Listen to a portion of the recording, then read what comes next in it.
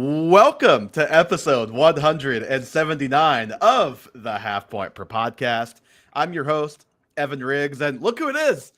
Joined by my co-host, Dalton Willie, back from abroad. Dalton, if you had to recommend one thing for our viewers and listeners to do in Japan, what would it be after your 2 weeks out there? uh, in Akihabara, which is a region in Tokyo, there's a second floor of a gacha shop. In this gacha shop, you can get all kinds of fun little prizes for money. I would recommend doing every single gacha in Tokyo if possible, but this is the shop I would start in. It's one of the best experiences of my life. It's like gambling, but you always get a cool little prize no matter what. And after that, there's a great Katsudan place in Shibuya that we went to twice. It was so good, even though we had to wait in line an hour to get inside. So are you talking like the little, like, they look like the little cranes, basically? Oh, no, I played a bunch of those too. This one is you put money in, you like turn a little dial and you get a little ball, and then the ball tells you what you get, like based on a whole list of rewards. And in this gacha shop, they also have like these listed black box prizes. And if you get a number, you get one of them. I won that 5 times. Wow. First 3 times, bunch of really cool Dragon Ball Z stuff. Oh, Love nice. it all. What's best Dragon Ball Z character item that you got while you were there? I got a Super Saiyan 2 Teen Gohan like lens cleaner, but it looks just like him when he's fighting Cell doing the Kamehameha. I thought I'm sorry, how'd you just pronounce that? I thought you were gonna come back with like a Gohan like arm sleeve tattoo or something. Oh, that would be cool. But the problem with the gacha, the second 2 things I got were very robust women Japanese figurines that I chose to leave in Japan because I don't want to be associated with that. So, you know, you get your wins, you get your losses. Oh, that is not going to be the last good advice we hear on this show today. Obviously, those of you who listen know Dalton's been gone in Japan the last couple of weeks. I don't know how much you've been able to watch, Dalton, but we're going to put your knowledge of the first 2 weeks of the NFL season to the test here today. If you've seen the thumbnail, people watching on YouTube, it's panic meter time. You know, last week it was some buy sell. We talked some positive and some negative. This week, feeling a lot more negative, although there's probably some guys that we're not full-fledged panicking on yet in this show. So without further ado, let's just jump right into it. And we'll start with the rookies. You know, we'll call this like our 16 in 60. We'll see if we can get this done in an hour. We've got 16 guys, 8 rookies, 8 older guys. Before we even get to the actual rookies, though, I just wanted to run down some notable rookie numbers I saw on Twitter in the last couple of days, just to like put some of these slow starts into some perspective. Bucky Irving last year, weeks 1 through 5, he was the RB 41. Jahmyr Gibbs, his rookie year, the first 4 weeks, he was the RB 33. Kenneth Walker, first 4 weeks, RB 67. I did not remember it being that bad for Ken Walker the first month. Rashee Rice, the first 2 weeks, ran 16 total routes. Now, I think he scored 1 touchdown, maybe 2, but he was not very involved. And then you look at some other guys, like, again, Jahmyr Gibbs, the first 2 weeks of his rookie year, averaged 10.3 points per game. Week 3 on, 17 points per game. Ezekiel Elliott went from 13.5 the first 2 weeks to 23 the rest of the season. Devon Achane went from 12.5 to 18.4 first 2 weeks compared to the rest of the season. And this is a great poll. Eddie Lacy, 6.6 points his first 2 weeks of his rookie season, 17.6 after that. I say all weighing down some rocks. I say all of that to say we're going to try not to bury some of these rookies and just keep all of that in mind, all of those guys in the past. It doesn't mean that all of these guys are going to do that, but rookies tend to start slow, even though they end up being league winners. With that in mind, Dalton, let's go to the guy that people are probably the most mad about because they spent a first-round pick to get him, Ashton Jeanty. Scale of 1 to 10, what's your panic level on Mr. Jeanty? Yeah, I've been a 4. Like, first of all, I had him rated a little lower, so I wasn't like incredibly overly concerned about Ashton Jeanty. I wasn't taking him in the first round already, So that really has trepidated my concerns. But this is one of those, do you watch the box score? Or do you watch the games kind of looks? Yeah. As somebody with an 11-hour plane flight, I got to watch all the games in all 22 on the way back. Ginty looks like what we expected. He's breaking tackles. Yeah. He's making people miss. The Raiders' offense in that second game was pretty bad, and I know Gino was so bad in that game. So bad. And I know people are worried like he ceded work to Zamir Wright and Dylan Labe. Shout out to New Hampshire University. But that's just because of how the game was playing out for them. Like Ginty still finished with I think a 53% snap rate. And partially, I also like his one pass block rep where he was just like walking in the backfield and Gino got destroyed. He kind of got doghoused a little bit after that, so it may have been a little bit of that too. Yeah, but at the end of the day, like I'm not overly concerned. Like I've seen the snaps of talent. He had one catch where he made 3 guys miss for like 3 yards. Yeah. So it doesn't look good in the box score, but it's exactly what was advertised with Ashton Ginty. So I have bet a 4, and I think it'll get better as that offense gets a little stronger and they figure a few things out. Yeah, I have bet a 3. I think he's literally said that he's still getting used to the speed of the NFL, which, people are freaking out about that. But guys, he played at Boise State, so he wasn't playing Ohio State or Oregon or something every week. Now he did play Oregon, and then they did play Penn State later. Like he played legit teams and had good games against those teams. But like this is a definite step up for him, even more so than like a Quinshon Judkins or Travion Henderson or SEC guys. Obviously, I've got some pretty hilarious stats though to back up what you were saying. So PFF has him at 81 rushing yards this season. Well, okay. Stats have him at 81 rushing yards this season. PFF has him at 84 rushing yards after contact this year. My math is mathing that he has more rushing yards after contact than he has total this season. And this one's even more hilarious. He has, which by the way, he has 5 catches for 3 yards this year, which is not easy to do. 26 of his receiving yards are after contact. Again, you do that math in your head and figure out what he's had to do to get the 5 catches for 3 yards. He's 54th out of 54 qualified running backs, so 10 or more carries, with negative 0.1 yards per attempt before contact. Like, we knew the O-line was going to probably be a problem and probably not be good, but this is pretty next level bad these first couple of games. And I'm with you. I'd expect that to get better. I'd expect him to get better and more comfortable.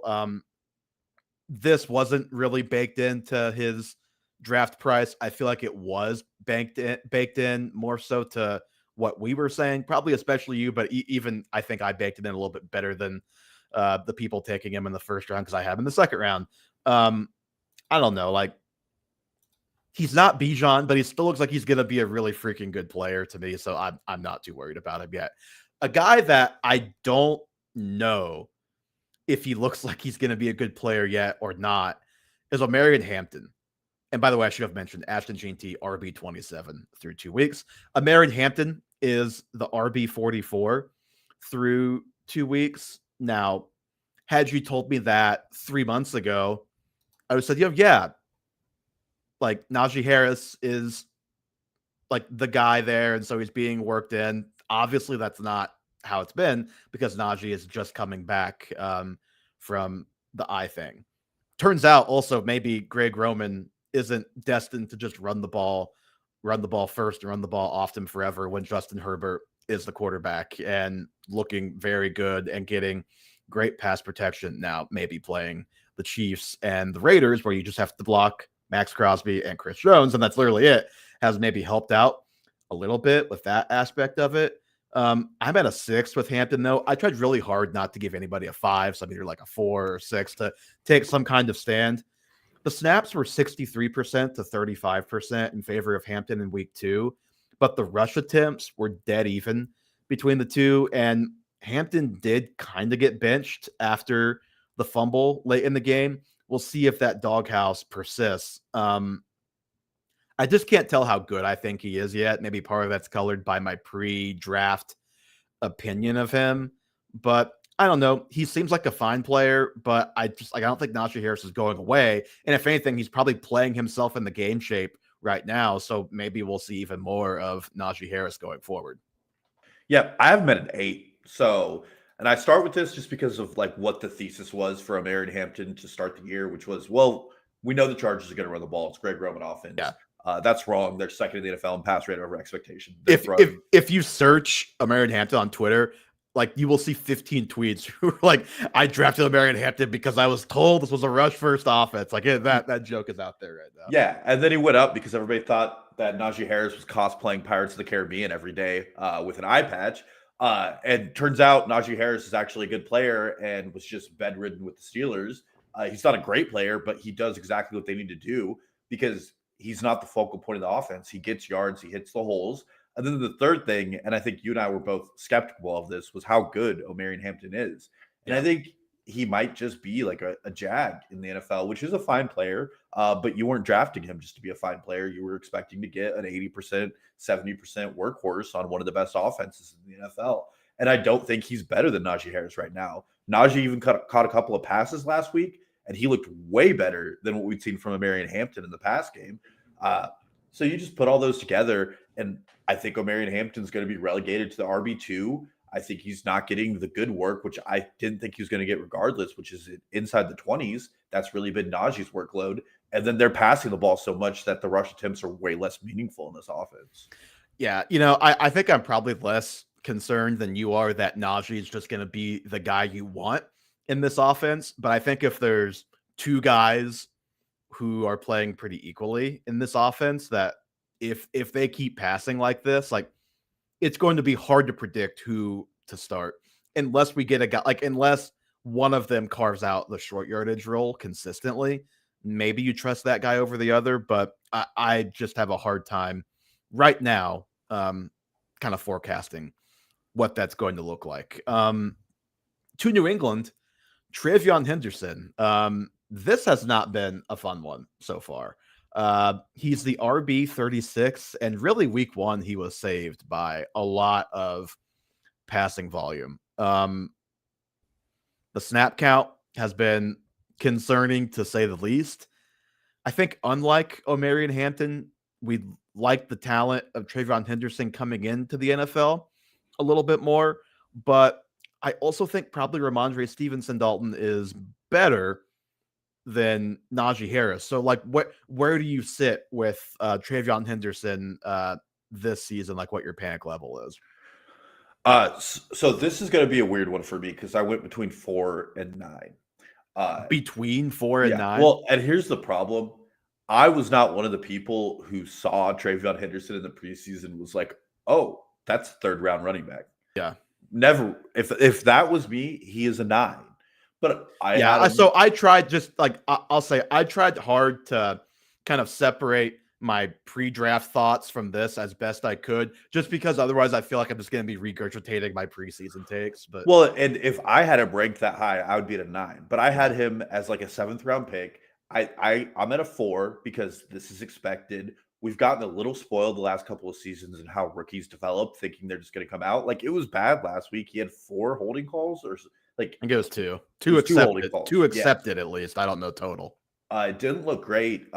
I'm for one excited that Stevenson is back to what we expected because he's a player I've always enjoyed watching in the NFL. But Henderson's going to get his role, and he's in an offense that's really productive right now. Drake May's been a really good quarterback and is moving the ball, and there's a role in him for this. And I think, he's a fine flex play after the bye when he's really established himself in the NFL, but he's still learning a lot, just like all of these guys. So I'm not super concerned about him from where I had him, but if you took him in the 3rd round, that's on you. Yeah, I have him at a 4 as well. I struggled with this one. This was like the ultimate. I wanted to make him a 5, but wouldn't let myself do it. Guy, one thing that's concerning to me is his pass protection really was one thing that got talked up as a prospect. And I mean, you said it, got called for 2 holding penalties the other day. I think that was partially why he kind of got doghoused a little bit. One of them, he got called for holding and the guy still sacked the quarterback. So he didn't even like prevent that from happening. I will disagree a little bit on the Drake May take so far. I think week 2, he was pretty good, although it was the Dolphins. So I don't know how much stock to put into that. Week 1, I did not think he was very good, but it's 2 weeks. We'll see what happens with him going forward. I mean, the snaps right now are 68% to 32%. That to me, for Henderson to be a truly strong flex consideration, has to come up to more like the 55-45 or at least 60-40. And maybe it does. Like, I'm kind of with you that I just think the talent and the big play ability that he has is going to merit a slightly higher snap share kind of as we go forward, as he gets more comfortable. It's not terribly surprising to see a rookie go through some growing pains with Mike Vrabel as his coach, which is why it was so shocking that Tajay Spears really did not a couple of years ago. RIP Tajay Spears. The thing about Henderson that does give me hope, though, it's kind of like the Alvin Kamara, who plays more snaps now, but like you think back to younger Alvin Kamara when he split with Mark Ingram or even Jamal Williams at times. You're like, just give me 55% of the snaps and he's going to be a top 5 running back. Not that extreme here, but like just give me 45% of the snaps and he's going to be an every week starter, I think, at the position. So I'm still in on him. A little bit rattled after the first couple of weeks. It was a little bit worse of a start than maybe I thought, but it's still early. This is he'll probably be a buy low for me in 2 or 3 weeks, I think, as long as I see some positive movement. Yeah. Gotta see some kind of positive indicator. Like, how about Antonio Gibson not getting on the field in the red zone? That'd be a good start. Although it's hard to keep that guy off the field when he has a back-to-back kick return. That was incredible in the Dolphins game. Okay, RJ Harvey, RB 43 so far this season. Again, to go back to pre-draft takes, this was probably a guy that Dalton and I were lower on than consensus. I'm gonna go a 6 for RJ Harvey.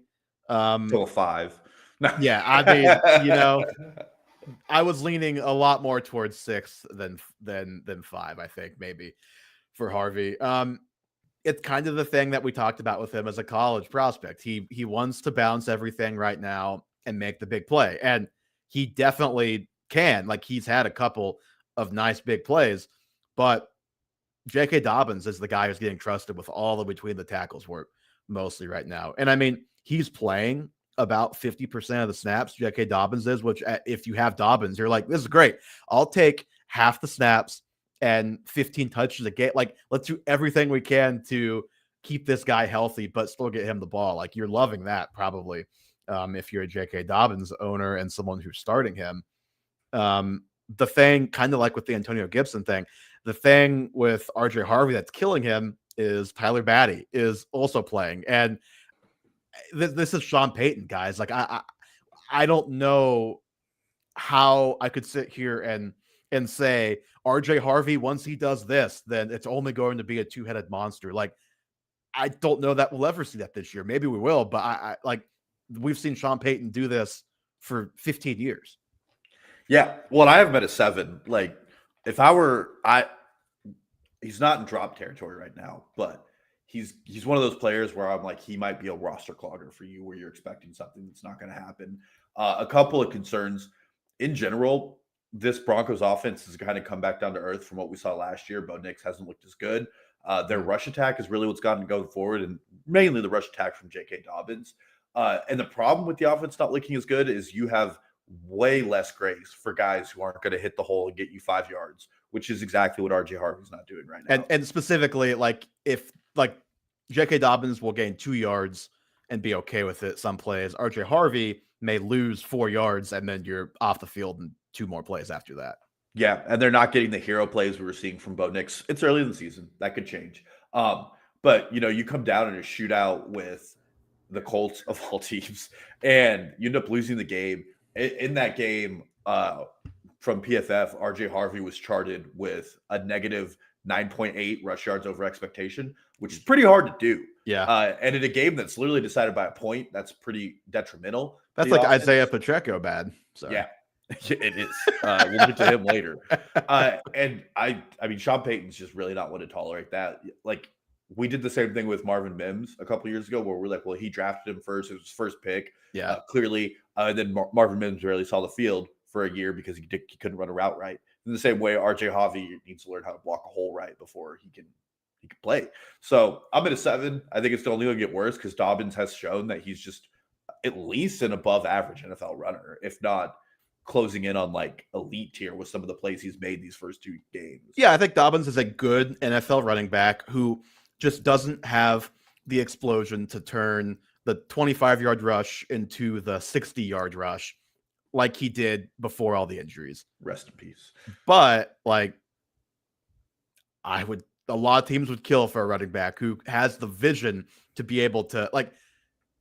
He's like a more athletic Kareem Hunt, basically. You know, like he's always had the vision and the contact balance, and he can make guys miss in the short area. He just has more burst at this point than Kareem Hunt in his career. Yeah, I would agree with that. Okay, Caleb Johnson. I mean, this is a 10, right? Like this is as bad. This is as bad of a start as you could have possibly had to his. I mean, I would probably drop him at this point. Just full disclosure, if I'm in a redraft league, he's getting dropped. I mean, guys, how much would you have to see to even be thinking about using him as a flex on bye weeks? Like you'd have to see a lot from where. Yeah, I mean, right Kenneth Gainwell should be flexed over him if you're in that situation. Every time. And I'm just not doing that. I don't think Kenneth Gainwell is very good. Well, neither do I, but he can't usurp Kenneth Gainwell right now. Yeah, a lot. I'm just starting Jaylen Warren and not thinking about the rest of the backfield. Yeah. But like what we saw in the preseason is kind of come to fruition. Like all the problems we saw in the preseason have carried over into real NFL games. He has a kind of a double-edged sword here where he has a quarterback who's not going to put up with those mistakes in Aaron Rodgers, and he has a head coach who's tenured enough that he's not going to be like, well, we drafted you high enough that we need to see. He's just Mike Tomlin's just not going to put you on the field, and that's what they're doing right now. And I mean, there's not a lot to say here because he hasn't done a lot, which kind of says it all, which is why you're at a 10. Not only has he not done a lot, he has negative 0.1 fantasy points this year. He's actually has less fantasy points than you and I have. You could have started Adrian Peterson the last 2 weeks and been better off. Yeah. I mean, I know you said you watched a lot of the games. Did you see what happened on his kick return? All right, I'm going to be honest with you, Evan. When I go to watch all 22, the very last thing I think about is putting on Steelers film. So no. Okay, so it's unclear to me, and I've only seen I'm sure the game showed a lot of slow-mo replays. Haven't seen those, but he either number one, well, he did not know the rule, and number two, it's unclear if he touched the ball. The ball landed in the landing zone. So what that means with the new NFL rules, you have to field that ball. You can't just let it roll into the end zone, right? Oh, I'm watching this. You have to field it. And it kind of did a Julian Edelman. It bounced like right over his hands, circa 2019 AFC Championship game. Maybe he touched it, maybe he didn't, but he did not go for that ball at all. And the Seahawks literally get 7 points, and it's literally what won them the game. So not only can he not get on the field offensively, he has lost his kick return job, which I don't know why he had it in the first place because he's not a super straight line fast guy, never returned kicks in college about 1 or 2 times. And I honestly just feel bad for the kid at this point, but I don't know. It's pretty rough when we say this is a very situational dependent running back, like needed to go to a specific scheme, and he did, and he can't even not only can he not beat out Kenneth Gainwell, he can't get on the field at all over Kenneth Gainwell, and he's messing up on special teams and literally costing his team the game. He's a drop, and maybe in a month you pick him up again on waivers if you show some life. Yeah, first kicking team touchdown in 45 years, by the way. I wouldn't watch the video while you were talking, and that is egregious. I wouldn't be surprised if he saw a 0% snap rate next week off of that. I mean, it's that wouldn't be much different than his first couple of weeks. Okay, on to Jacksonville. Mr. Travis Hunter. Oh, by the way, I should have mentioned running back 106 for Caleb Johnson. That's what negative 0.1 points will get you. Travis Hunter, wide receiver 72 through 2 games. And, there's probably more people out there who are screaming, hey, let's talk about Brian Thomas. We'll give that another week or two. But for the top 2 guys in this offense and the passing game, it has not been pretty. Dalton, what do you make of Travis Hunter's start to the season so far? I'm actually at a 1. I mean, For me, this is growing pains. Like I'm at a 4, but maybe that's because like I personally staked a lot more on Travis Hunter than you did, so I'm just sweating that a little bit. yeah, I mean, there's just a lot of growing pains in this offense, and I think Liam Cohen has brought like a uniquely designed offense to Jacksonville. There's a very clear moment where Trevor Lawrence and him got in like a very brief argument last week. Yeah. And I think that's just them figuring things out. The Brian Thomas thing we can wait on. That one is a little different of a concern. I think he like forgot how to be physical. But like Made a couple business decisions in that game. yeah, some weird ones. But no, I think Travis Hunter is getting worked into the offense, and I think they're really figuring it out. This is from PFF, but Trevor Lawrence has the lowest first read rate in the NFL right now, which I think lends more to. You mean Travis Hunter does? No, sorry, no. Trevor Lawrence is not taking his first read. Oh, I see what you mean. Okay, which I think just tells me he doesn't fully understand the Liam Cohen offense yet, and it's just going to take time. And like even with that, the Jags have been a really good offensive unit through 2 games. They're scoring a lot. Like the opportunity is there.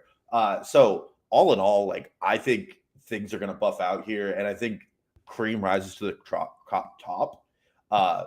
Sorry, I've been speaking so much Japanese; it's hard to speak English. But with all of that, I think Brian Thomas and definitely Travis Hunter are going to be okay in the next few weeks. It's just this team's figuring out their offensive environment. Yeah, and specifically what makes Hunter more complicated than me is I think they're also figuring out, like it's a very unique situation. They are figuring out his offensive role and his defensive role and what the give and take there should be. Week 2, he played more on defense because they were playing T. Higgins and Jamar Chase. And honestly, I think as the year goes on, or at least I hope, we're going to see him, more and more on the offensive side, because right now, really all they're using him as is like throw the ball to him at the line of scrimmage and just make your guy miss. Like go get us yak. We're gonna throw 2 yards down the like. His lines are what 6 for 33 and 3 for 22. Those are his lines. These first 2 weeks, like it's actually kind of funny. In his reception perception profile coming out, he was not as good against zone as he was against man. He's actually been really good against zone, not so much so against man. Matt Harmon, I don't know if you've seen this, is doing a lot more in-season charting this year, which is really cool. So I just want to see more of him on offense. I think we will see it, and I'm with you that I think this offense needs probably a little time just to get all that stuff figured out. Also, they have played the Panthers and the Bengals the first 2 weeks, so like would have been nice to see a little bit more from those top 2 guys in the first couple of weeks. But with Hunter specifically, there's just a lot there for this team to figure out like what the clear plan should be for him. And like I just really need them to figure out ways to get him the ball more than like 5 yards down the field. It's the opposite problem of Matthew Golden, which we'll get to later. I think he's doing no downfield routes, like not running anything beyond 10 yards. And also De'Ami Brown's running more routes than him. Would like that to change, even with him playing some defensive snaps. But overall, I'm with you. Kareem rises to the top, and I think that's going to be the case here. And just like baking in the pre-draft price, doesn't have to do anything crazy to be a top 36 receiver. Yeah. Okay. Next up, Colston Loveland is tight end 54. My math isn't great, Dalton, but I think there's only 30 tight ends who are starters in the NFL, which means tight end 54 is behind a lot of second, maybe even third string tight ends. Now, part of that is because I think Colston Loveland had 0 points in week 2. Where do you sit with Colston Loveland through 2 weeks? I'm not super concerned. I have him at a 6. So that's decently concerned. Yeah, I mean, he's a rookie tight end. It takes a while to figure it out. Personally, like one, I'm incredibly thrilled that I think we're very spot on with our Rome Odunze feelings, at least for 2 weeks. Yeah. But I think the rest of this offense is it's not flowing. This offense has really been Caleb Williams to Rome or bust. And talking about schedule, I mean, Vikings and Lions is not an easy first 2 games either. Yeah. And I don't think Cole Kmet's done anything special with it. No. Ben Johnson's already having comments about what people are putting out there on the field, and Cole Kmet's out there on the field way more right now than Colson Loveland. Yeah, And and for what it's worth, and Ben Johnson's been pretty harshly honest. I mean, we've seen the quote about him saying this team does not like they don't have championship habits in practice yet, like that sort of thing. He also said we got to get Colston Loveland the ball more. Whether or not that happens or not remains to be seen. But it is worth noting a guy that's been pretty bluntly honest is saying that already through 2 weeks. Yeah, the only reason I haven't been a 6 is really it's the tight end position. Like it's really hard sometimes when you're filtering through tight ends to know who's going to have anything. Some weeks, because I don't think this Bears offense has figured it out, there's just a lot more time that I need to really like maybe week 6 or 7. If he's been involved for the last 3 or 4 weeks, I feel comfortable with it. But I just need some time to actually see that happen and to see this offense click. And for Caleb Williams, especially to make some of the throws that I've felt like have been there on the field, he just hasn't made or missed. But that's really where it comes from. I think he's a really good player.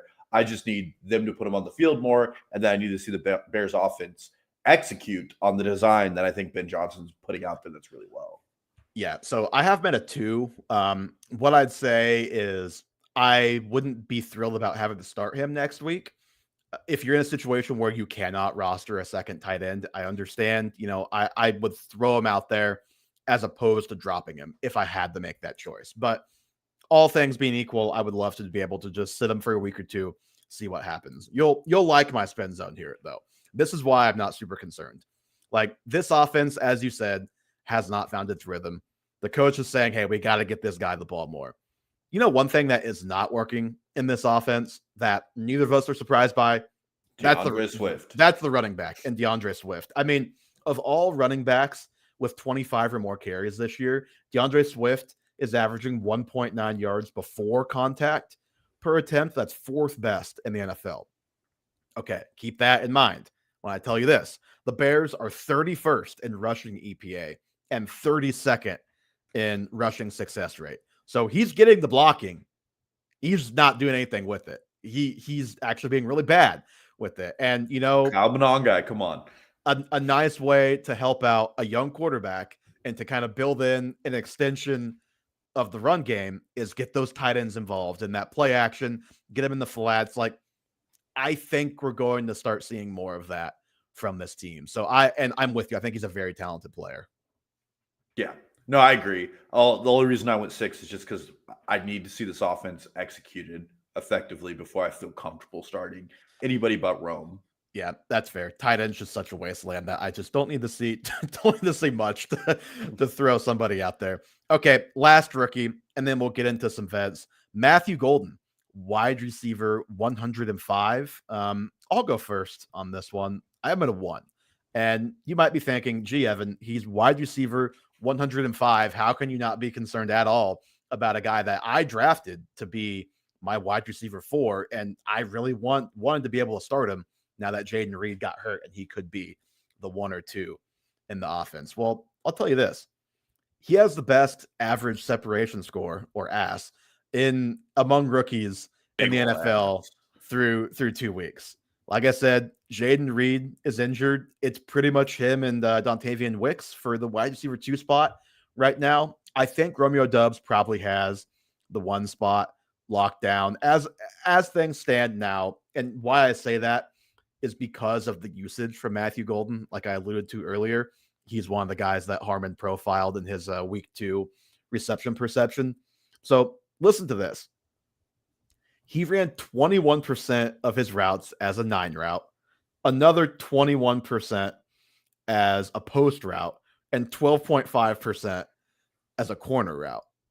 That does not leave very much for flats, 0%, slants, 4.2%, screens, 0%, curl route, 8.3%. Not a lot of layups. He's just not ever going to be a high volume player if that is his usage, which that's kind of what he was in college too. He's probably going to be a little bit of boom or bust, but he was also 2 better throws away from 100 yards the other night. So, like, I get it. He's wide receiver 105. You probably feel pretty dumb about that if you draft them high, but just hang in there. He's going to be fine. He's probably not going to be the one in this offense, but he's going to be fine and give you some production. Yeah, and I'm at a 0, so like we're lockstep. I mean, he was 2 plays away from being like the wide receiver 6 on the week. And neither of the plays were really his fault. One was an overthrow, and the other one was thrown inaccurately. Yeah. But both of them would have been breakaway touchdowns for him. He's getting separation. I mean, and this is really early to make this call, but he's like already almost a better Christian Watson in what they're asking him to do in this offense and being explosive. The Packers right now are number 1 in offensive DVOA. Like, they're the most productive offense. He's going to get his in it. They're moving the ball really well. And that defense is going to keep giving the ball back to the offense all game because that defense is really freaking good. Yes. Thank you, Jerry Jones. Appreciate that. Yeah. I hope Kenny Clark and his run blocking really serve you well, Jerry. And just at the end of the day, like, he's still acclimated to the NFL and doing what he's doing. Like, I think his route tree will grow as this offense moves along with him. And like, if he's on your waivers right now, which there's a good chance he could be, Yeah. I'd pick him up, and he's one I would buy low immediately. Like, I would trade my wide receiver 3 for him right now and just hold him on my bench for a week or 2, and he's going to blow up. Yeah, we'll see. It would depend on who the wide receiver 3 is, but yeah, like, generally speaking, I think you're probably looking at a top 40 receiver, at least while Jaden Reed's out, which is going to be probably 2 months. So yeah.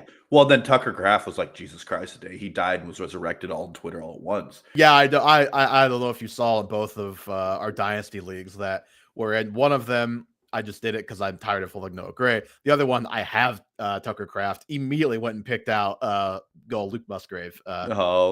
So yeah, okay, that's a good transition, Dalton. Tight ends.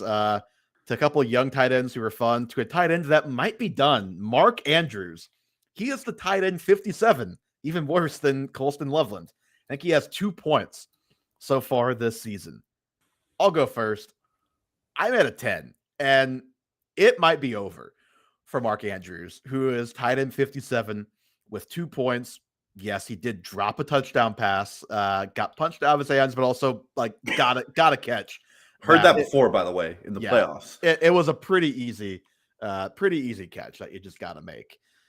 Isaiah Likely not even playing, by the way, and he's the tight end 57. And I think really the biggest reason, outside of is this guy maybe just not that good anymore, is Zay Flowers is very clearly been the number 1 guy in this offense. Like, he had moments in his first 2 years of this, and he had big games, but it just always kind of felt like there was more on the table for him, whether it was missed deep ball connections or just like we'd get frustrated. Why is he not getting more intermediate route target, like deep outs and deep ends and just different things like that, or just more opportunities with the ball in his hands? It's only 2 weeks, but he is getting treated as the very clear number 1 in this offense. Whereas in the past, at least as recently as last year, it would go back and forth between sometimes Mark Andrews and sometimes Isaiah Likely. Like, so far, it's Zay Flowers. He, Puka Nacua, and JSN are the clear top 3 right now in targets and yards per route run. His route run rate, his ADOT, and his targets per route run are all way up from his first 2 years. So that combined with just Mark Andrews might be kind of bad now. I'm pretty much out, and I'm 1 week away from dropping Mark Andrews, I think. Yeah, I haven't been 8. The notes I wrote is he might just be washed. Like, last year, there was a lot of like kind of ho-humming out of it. Like, well, he was in the car crash. It was really bad. The diabetes is acting up. And he did play better down the stretch last year. He did. But like, Zay Flowers on the field right now has a 47% target share. Yeah. That's ridiculous. And like the rest of the receiving core outside of Rashad Bateman is nothing. I mean, Tylan Wallace and Devontae Walker had touchdowns last week. The Browns. DeAndre Hopkins has like 2 targets, 2 catches, 2 touchdowns this year. And there's like really no use for Mark Andrews in this offense. If there was a time for him to like step up, it's been there with who they're using as their weapons. And like, they scored 40 points in week 1 and he had 1 point. And that can happen, but then to follow it up with another 1 point game, like in back-to-back 40-point weeks, by the way. They Yeah. scored 40 and 41, and he's done nothing. Yeah. And like against the Browns, Derrick Henry couldn't do anything, and you would think that would be the Mark Andrews time, like in the flats, like we talked about, where the tight ends are the easy throw. And just and nothing. he's not even top 20 in expected fantasy points at the position either. So it's not even like he's getting the usage, it'll come around. Like he's not getting the usage right now No, either. I mean, the way he's being utilized right now, it's as if the coaching staff is like, yeah, this is Mark Andrews' last run. We don't really want to use him, but we have to because likely is not available. He's a run blocker right now. That's what Yeah. he's doing best for them. Yeah. And so I think it's pretty much over. I had some hope coming into the season, but like these first 2 weeks have kind of killed all of that hope for Mark Andrews. Yep. Okay, CJ Stroud, quarterback 26 through 2 weeks. The Texans' offensive line is looking every bit as bad as all of the biggest detractors probably thought it would be. Where are you sitting with CJ Stroud through 2 weeks, Dalton? I have him at a 6. But like going back to, and this is one of those hard things for me to separate my pre-draft. Like for 2 straight years, I've kind of been like, CJ Stroud's just kind of a middling quarterback. Yeah. Doesn't do anything special. He had a really good rookie season. But like the offensive line's not getting better, and that's one of the hardest things to hide in football. His ADP was QB 15, so you're not losing a lot. Like if you draft him as your quarterback 1, you probably drafted a second quarterback. If you're doing a good roster construction, you should probably be starting that second quarterback. But he didn't play like prime defenses because that was the first place I went. I was like, well, he played the Rams, which are a middle of the road defense, and they played the Bucks, who a lot of people coming into the season thought were a pretty exposed defense. I mean, other than Emeka Ibuka, they had 6 straight picks on defense in the draft. So I don't know how much better it gets. Like the involvement of Nico Collins has been weird. The routes they're having him run is weird. Yeah, like and honestly, like talking about Stroud is a nice way to fold in Nico Collins too, because I think both of us would just say one, like we're not concerned with Nico, but also it's been a frustrating start for him. Yeah, the offense is just weird. Like, there's no better way to say it. Like, the usage they're using their players for is strange. Maybe Christian Kirk coming back is something that they were actually missing, and like he provides some value. Like, I saw a lot of Xavier Hutchinson usage in the last game. But no, I mean, I don't really feel like he's gonna get much better than his ADP at this point, which is QB 15. And it's still a bit of a stretch. It's 11 spots to jump. I know it's only 2 weeks, but this offensive line is so terrible, and the scheming around it is terrible. And they don't really have anything waiting in the wings. Like, oh, Joe Mixon might come back, and that's about it. The one thing they do have waiting in the wings is they've got 2 rookie receivers who they don't trust a ton right now on offense. Jalen Noel probably won them the game until they lost the game at the very end with his punt return to set up the Nick Chubb touchdown. But yeah, I mean, like I'm at an 8 and I was higher than you, and like I don't think I had him ranked top 12 quite. Maybe I did, but he was definitely a guy that I could easily have seen being a top 12 guy, and I'm pretty concerned about that. And the O-line is very bad. What's honestly more concerning for me, though, is just, number one, the bad scheme. I just haven't liked what I've seen out of their offense. And number two, I feel like Stroud has definitely missed some opportunities.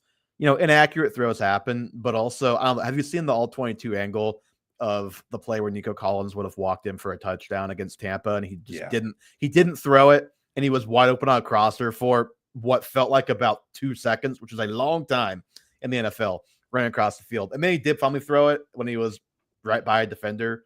Like, dude, like, I don't know if the offensive line being bad has like just sped everything up mentally for him, and he's just not seeing it like he needs to right now. But that part of it worries me too. I think Nico will be fine. I would like to see one of or both of these rookies get more involved as the season goes on. I think that probably will happen. Christian Kirk coming back will probably help too. This offense just needs more juice because in the run game, it's not there. Like maybe Woody Marks later in the season, if he can start getting on the field more, can provide it. Love Nick Chubb, but like it was painful watching him on that touchdown run. So clear that he just doesn't have the burst and the explosion anymore. Yeah, I just don't see how this offense gets better, and they're not being creative with it. Hot seat for coaching staff, in my opinion. Second season or third year with CJ Stroud if they can't get this figured out. Yeah. Okay. On to Miami. Speaking of hot seat for coaching staff, holy moly. McDaniel's probably going to be the first coach fired whenever that does happen this year. Tyreek Hill is the wide receiver 32 through 2 weeks. Week 1 was obviously a nightmare. Week 2, bit of a bounce back game. I think he had 100 yards.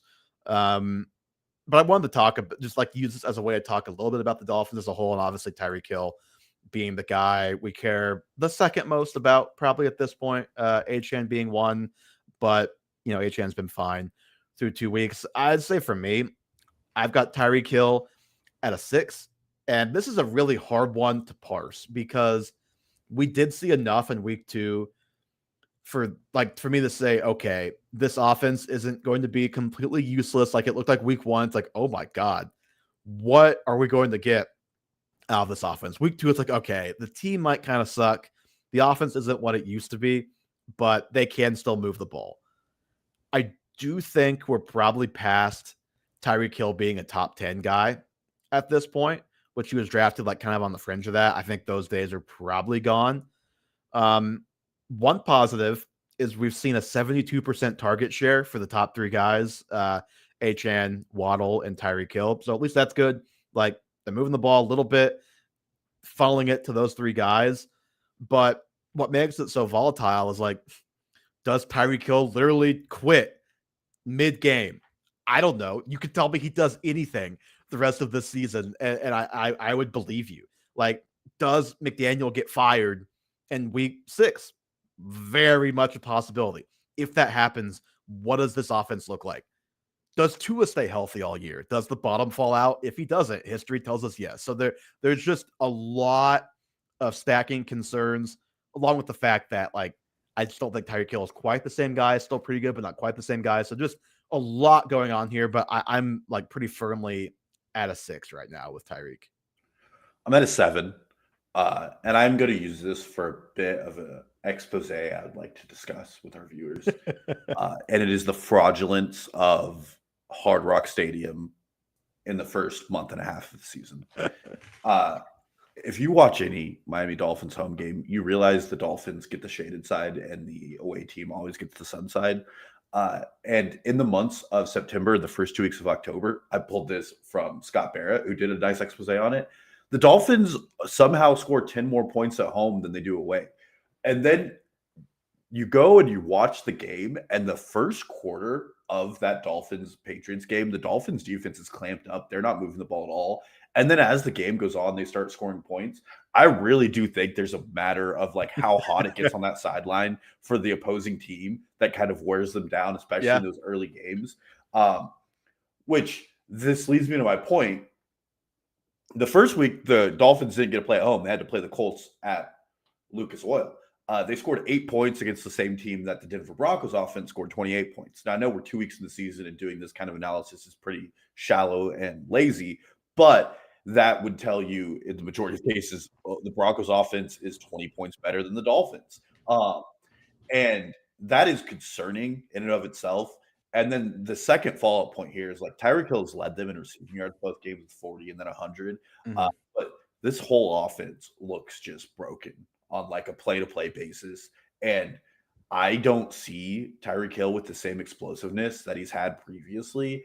A lot of the passes he's getting are like hitches and corners. It's not goes. It's not those deep crossers. And that's concerning to what we expect of Tyreek Hill.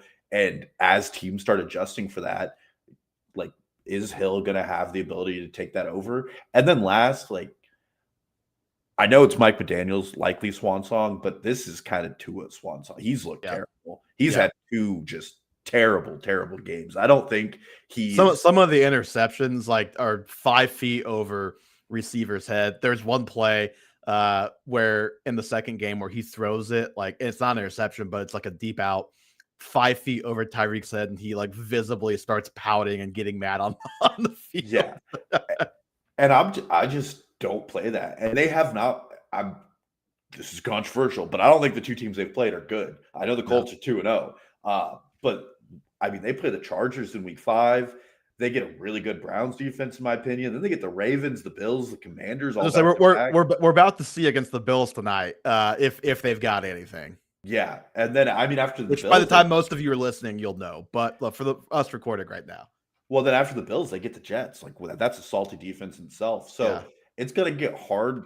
And I don't think Tyreek Hill has it anymore. And I don't think he has the tools around him as a team to help him be kind of an aging wide receiver who could still play up to a level we want out of him. Yeah, and I know there's been rumors like the Chiefs are checking in on Tyreek Hill. Like, I got news for you. No one's trading for Tyreek Hill. Stop me if you heard this before. He's under investigation by the NFL for domestic violence issues. Until that gets sorted out, he is not getting traded for by anybody, especially the Chiefs, who already have a receiver suspended. Because if that, like, he could theoretically get suspended at some point this season, depending on what they find out. Maybe nothing happens with that. But I think right now, like, if you're hoping somebody comes and saves him and trades for him, that's a big time obstacle right now. Yeah. Well, and, like, Chiefs are 0-2 right now. And I think Tyreek Hill's probably safe to identify as a locker room problem at this point. And I don't know how much you want to bring that into a team that's already trying to rally around itself.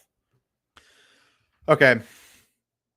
Lad McConkey, wide receiver 40, worse than Tyreek Hill. That is a weird thing to like justify in my head. Lad McConkey, though, I'll let you go first. I've gone first on the first two, but I think we're probably both going to be in pretty quick agreement here. I got a 2. Like, I'm not super worried. I have him at a 1. Yeah, super high pass rate. What I've seen from him has actually been really good. He's getting open. He's doing his job. Quentin Johnston and Keenan Allen have just gotten some big plays, but it's just going to be kind of a rotating head of wide receivers who are successful. Yeah, but and also they've only played 2 games. One of those was against the Chiefs, and the Chiefs covered well in week 2. Week 1, they did not, except for Trent McDuffie. And guess who Trent McDuffie was on for almost the entire game? Yeah, and like, if this is him being the third weapon in the offense where he's wide receiver 40 and there's going to be weeks where he's better than that, I mean, that's a pretty solid like wide receiver 1-2 to have in your roster, where his worst weeks, he's still giving you 8 points, 9 points. Like, I think it's perfectly fine. Yeah, I mean, the thing, I get he's the third guy from a production standpoint. His target share right now is 23%. Keenan Allen, 28%. I think Quentin Johnston's like 21, 22%. I do not think Keenan Allen is going to have the highest target share. Maybe I'm wrong. I don't think that's going to last. I think that'll flip.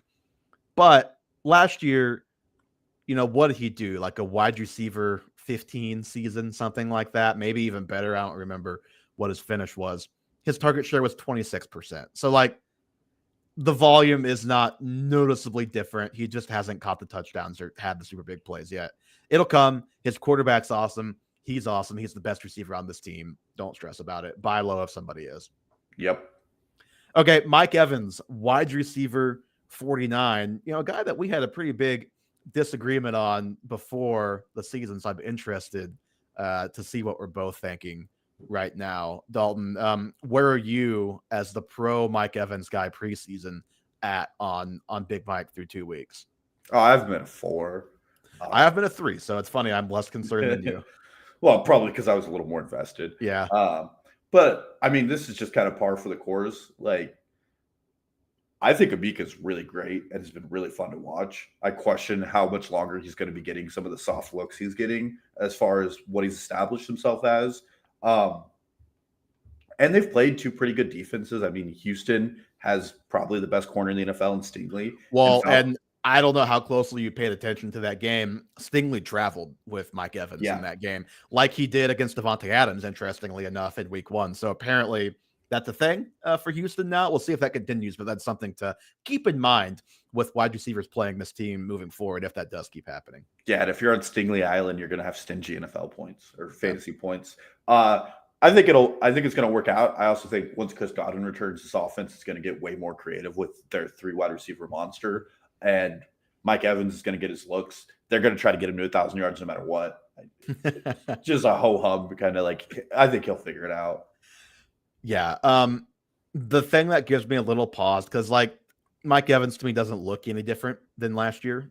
So that's good as a guy who's 32, whatever he is, like that's a good thing. But the thing that gives me pause is, Chris Godwin sounds like he might be back as early as week 4. We'll see. When he's back, is Igbukah to the point where he's too good, kind of can't put the toothpaste back in the tube? He's going to keep getting volume. If he does, what does that mean for just all 3 of these guys? fantasy standings, that would be like my only kind of cause for pause with Mike Evans. But also the thing to remember with him is, number one, he's always been an up and down. He'll have these 2 games like this and he'll score 3 touchdowns in week 3, and his number will be wide receiver 11. And it's like, okay, it's Mike Evans, it's fine. They're also missing their left tackle, who's probably the second best left tackle in the NFL. Their right tackle got hurt very early against the Texans, who, I don't know if you know this, Will Anderson, pretty good at football. And God, I'm blanking on the guy's name. The guy that traded for from Minnesota, also pretty good edge rusher. Their center was playing left guard because they had the shift guys around. So like this O-line has just been kind of a mess the first couple weeks. That'll get better. The receiver room will get healthier. Like I'm with you. Better days are ahead for Mike Evans and probably this offense as a whole. Well, and the last thing I'll say is he's led the team in receiving yards last 2 weeks and targets. He has 19 targets over 2 games. Yeah. And like, if it was week 0 and I told you Mike Evans would have 19 targets over 2 weeks, you'd be like, oh, he's a top 10 wide receiver. Yeah.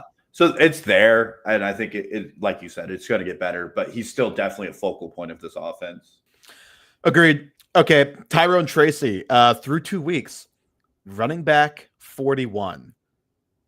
And, week 1, it was kind of a case of, okay, he got the looks, just didn't produce. It's 1 week. It happens. The Giants as a whole just did not move the ball against the Commanders.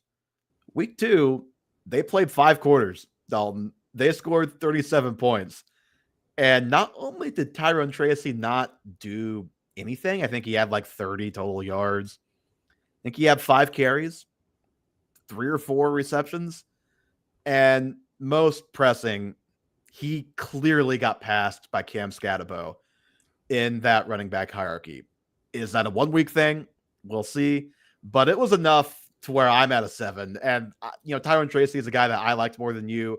I think I said before the season, he was a dynasty buy low for me, which, again, I wasn't saying like go pay a ton for him, but I like the talent. I still do like the talent, but I was not expecting Cam Scatterbo to out-touch him like this often this year, and especially in week 2 after he missed all the time that he did. So that's definitely a big red flag. We'll see what happens going forward. I still like Tyrone Tracy. I think he'll probably have his moments this year, but this is one of my situations that I'm monitoring over these next few weeks to see like how real is the Cam Scatterbo emergence, because not only did he play more, if you just look at the second half, the snap disparity actually got bigger as they got later in the game, which is relevant, I think, too. Yeah, it's really funny. I know we both said we wouldn't let our preseason takes color this, but they clearly are. I have him at a 6, which is 1 lower than you. But like, I think Cam Scatterbo is here to stay. I like him as a player a lot. I think Tyrone Tracy has a very valuable role that he can still play in this offense, which is why I'm probably a little less concerned.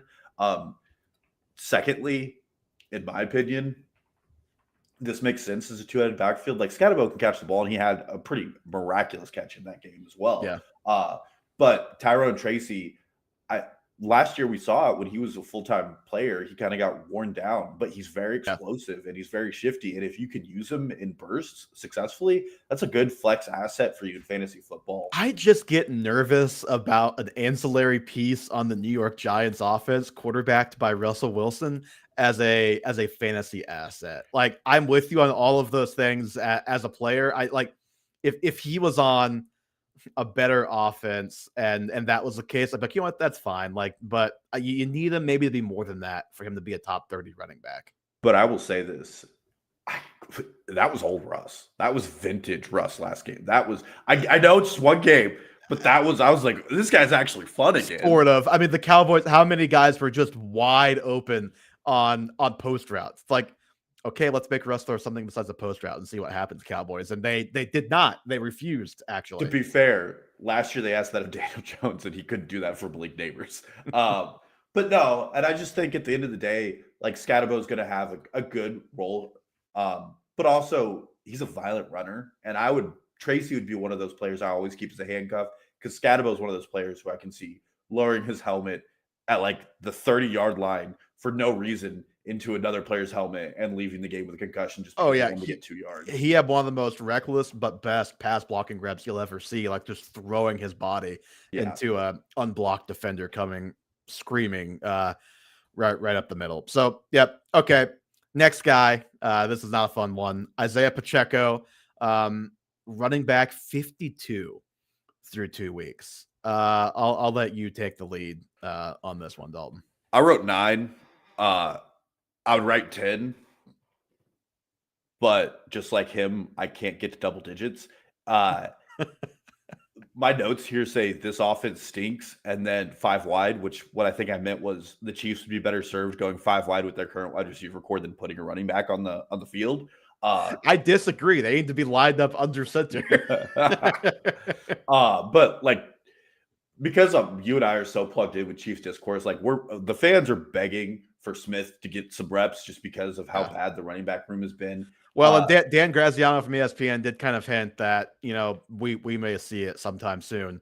And if he does earn the team's trust doing some of the other things at running back, like some of the dirty work things, he's got a different skill set than the two guys. And I mean, we've seen it. They clearly need somebody who has any kind of burst. Well, that's the thing. Like, Pacheco was supposed to be different than Kareem Hunt, and he's just kind of worse in every way. The thing is, Pacheco has burst. He has no vision, so it doesn't matter. Yeah, he's not finding the holes effectively. He's not giving us burst from the backfield. He's been a pretty bad pass blocker. I went and pulled it from PFF. He's PFF's 48th graded pass blocking running back, which is pretty hard to get to, especially behind an offensive line that's been pretty good for Kansas City. So he's not being asked to do a ton. And he's doing the Kareem Hunt role, which is like get 5 yards when you can, but he's not even doing that as effectively as Kareem Hunt. Like, as a Chiefs fan, I just don't want to see him on the field. Yeah. And as a fantasy owner, I just don't think you're going to get much out of him. The Chiefs don't want to run the ball, especially with Pacheco right now. And I don't see that changing anytime soon. And they're going to want to start passing once these wide receivers start returning between Royals, Worthy, and then in 4 weeks, Rice. Yeah. Have the Rashee Rice countdown actually above my computer. By the second, when he'll come back. I have it at 10, and I mean, kind of like Mark Andrews, like it might just be over for Pacheco as a starting running back in the NFL. We'll see. The only thing, and I mean the only thing that gives me just the slightest glimmer of hope, maybe he's not fully back from the injury yet. And I don't mean physically. Like physically he should be. It's been a year. Maybe he just from a feel perspective. I mean, he's not hitting these holes. He's never been the guy with the best vision, but I feel like it's worse now than it's really ever been. Maybe he just doesn't have his rhythm. And once he finds that, because he looks explosive, like he looks like old Pacheco, in that regard. He's never been the most explosive, but just pre-injury Pacheco. But the thing is, he's not a short yardage guy. That's Kareem Hunt. Kareem Hunt picks up the short yardage stuff unless we run a T formation, which I was listening to that on the radio driving home, as you know. Mitch Holthus said that the Chiefs were coming out in a T formation. In my mind, I'm thinking, oh, that's interesting. That's the formation in college football. When I run it, it never works, but it looks cool. And then they got stuffed on fourth down. So it goes. Kareem Hunt also way more trusted on third down, I think, for the pass blocking reasons that you mentioned with Pacheco. The Chiefs have also tried one running back screen this year, went right through Pacheco's hands. So just like not a lot of reason for him to be out there for anything other than a first or second down handoff. And he's not doing that effectively. And you said 5 wide. I mean, the Chiefs running out of the shotgun, I think it's a very similar thing to what we've talked about with the Bengals as to why the Bengals rushing game has struggled a lot. The Chiefs offensive line, for the most part, is getting a perfectly fine push on the ground. You know, there are plays, obviously, where there's one breakdown where it's like, oh, that could have been a 12-yard gain instead of a 4-yard gain if this guy gets to the second level and does this. But like by and large, the blocking has been fine. The thing about running out of the shotgun, though, unless you have a threat of the RPO, which given it's basically Hollywood Brown and that's it, there's not really much of one in that regard right now. And Mahomes, for as much as he's running, it's all quarterback scrambles. It's not keep the read option. So there's no threat of the quarterback really keeping. So the defense just doesn't have to worry about that. They can overload. The numbers game becomes harder in the running game in that way. So like that's just a lot of obstacles for a guy who just also is not playing well. And like Kareem Hunt, by every measure, has been a better running back. And like I want to see Brashard Smith, because like what's the worst that's gonna happen? He's not gonna see the hole. Like, come on. Yeah, but it can't get worse. Like this week is kind of make or break for Pacheco in my mind. If you don't see anything this week, he is droppable, in my opinion. And it's the Giants, so the Chiefs are going to win on a last-second field goal. Okay, speaking of the Bengals, let's go there. Chase Brown, he's the RB25 through 2 games. Obviously, the Bengals had a big injury that I'm sure we'll talk about more down the line, but we'll talk about it specifically as it relates to Chase Brown. I have him at a 6. If Joe Burrow were still there, I think it'd be a 3 or 4. People can show me all the numbers of, the offense actually does this with Jake Browning, so it'll be fine. But like, this is about to be a 3-month sample. I think the offense is probably going to be worse, probably going to be less consistent. They will move the ball because they have 3 very good players in Chase, Higgins, and Chase Brown, but it's just going to be less consistent. And I think the ceiling is just a lot lower and the floor is also a lot lower. So I'm very concerned for all those guys just in that perspective. But also, like, talk about the run game. His 0.14 yards before contact, 7th lowest. Like, we see this every year with the Bengals. Maybe they run more under center stuff without Joe Burrow with Jake Browning, and that gets a little bit better.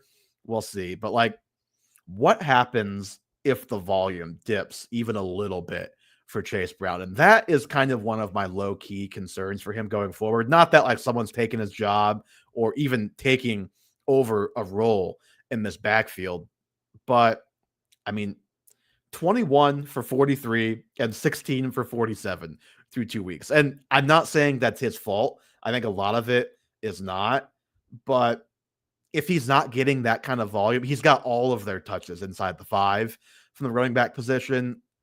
Like, if he's not getting all that volume, and I have these worries about the O-line and the quarterback, I just worry a little bit for him being like a top 12 running back, which is what you need him to be to live up to his draft price.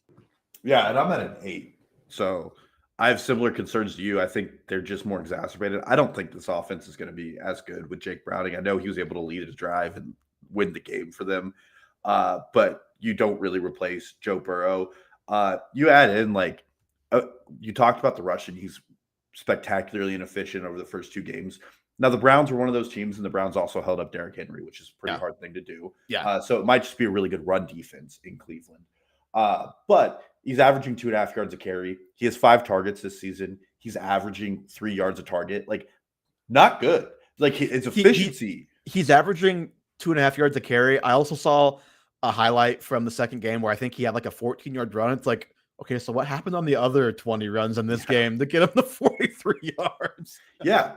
And he's not efficient as a receiving back right now.